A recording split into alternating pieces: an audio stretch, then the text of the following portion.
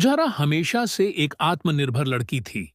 वह एक छोटे शहर के साधारण परिवार से थी, लेकिन उसके सपने बड़े थे। जब उसकी बचपन की सहेली निशा ने उसे एक बड़ी कंपनी में नौकरी दिलाने का वादा किया, तो वह खुशी से फूली नहीं समाई। निशा का कहना था कि उसे एक बड़े शहर में रिसेप्शनिस्ट की नौकरी मिलेगी, जहां अच्छा वेतन, सुंदर ऑफिस और एक नया जीवन मिलेगा। झारा के परिवार की आर्थिक हालत ठीक नहीं थी। पिता बीमार रहते थे और मां घर के छोटे मोटे काम करके किसी तरह गुजारा कर रही थी। ऐसे में जब निशा ने उसे यह सुनहरा मौका दिया, तो उसने ज्यादा सोचे बिना हां कर दी। सपनों का सफर या बर्बादी की शुरुआत। ज़ारा निशा के साथ बस में बैठकर नए शहर की ओर रवाना हुई। रास्ते भर निशा ने उसे बड़े बड़े सपने दिखाए।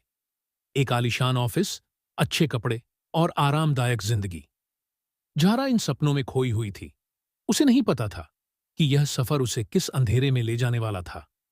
शहर पहुंचने के बाद निशा उसे एक पुराने लेकिन बड़े घर में ले गई। ज़ारा को यह देखकर अजीब लगा कि ऑफिस की जगह उसे किसी घर में लाया गया। जब उसने निशा से सवाल किया, तो उसने बहाना बनाया, यह मेरी मालकिन का घर है, तुम यहीं कुछ दिन रहो, फिर ऑफिस में काम शुरू करोगी। ज़ारा को थोड़ी राहत मिली, लेकिन असली खेल अब शुरू होने वाला था। पहचान छीन ली गई अगले दिन। जब ज़ारा उठी, तो उसने अपना बैग टटोला। उसका मोबाइल, पासपोर्ट और पहचान पत्र गायब थे। घबराकर उसने निशा से पूछा, लेकिन निशा का व्यवहार बदल चुका था।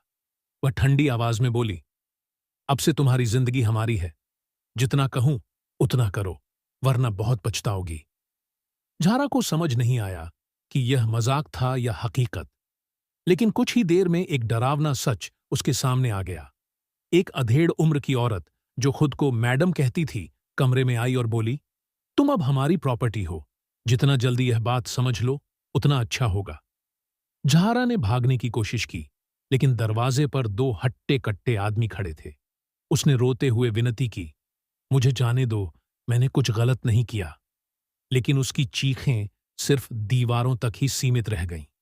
कैद की दुनिया ज़ारा को अब समझ आ गया था कि वह एक ऐसी दुनिया में फंस चुकी है, जहां से निकलना लगभग नामुमकिन था। उसे मजबूर किया गया, डराया गया और धीरे धीरे उसे समझा दिया गया कि अगर उसने भागने की कोशिश की, तो उसे जान से मार दिया जाएगा। रात होते ही उसे एक अजनबी आदमी के पास भेजा गया। उसने विरोध किया, लेकिन उसे बेरहमी से पीटा गया। अब वह अपने अस्तित्व के लिए लड़ रही थी, लेकिन हर दिन उसकी उम्मीद कमजोर होती जा रही थी। कोई रास्ता है? दिन बीतते गए और ज़ारा इस अंधेरे में डूबती जा रही थी। लेकिन एक दिन जब उसे एक अमीर ग्राहक के पास भेजा गया, तो उसने हिम्मत जुटाई। उसने धीरे से उस आदमी से कहा, अगर आप चाहें तो मेरी मदद कर सकते हैं।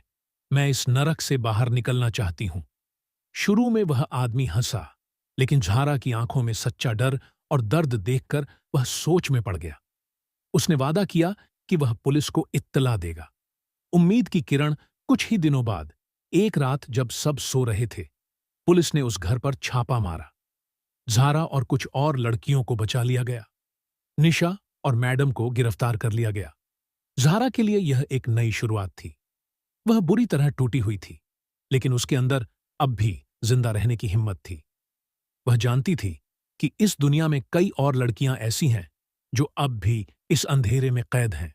उसने फैसला किया, अब वह सिर्फ अपनी जिंदगी दोबारा नहीं बनाएगी, बल्कि उन लड़कियों की मदद भी करेगी जो इसी नरक में फंसी हुई हैं। शायद अब ज़ारा के लिए एक नई सुबह शुरू हो चुकी थी।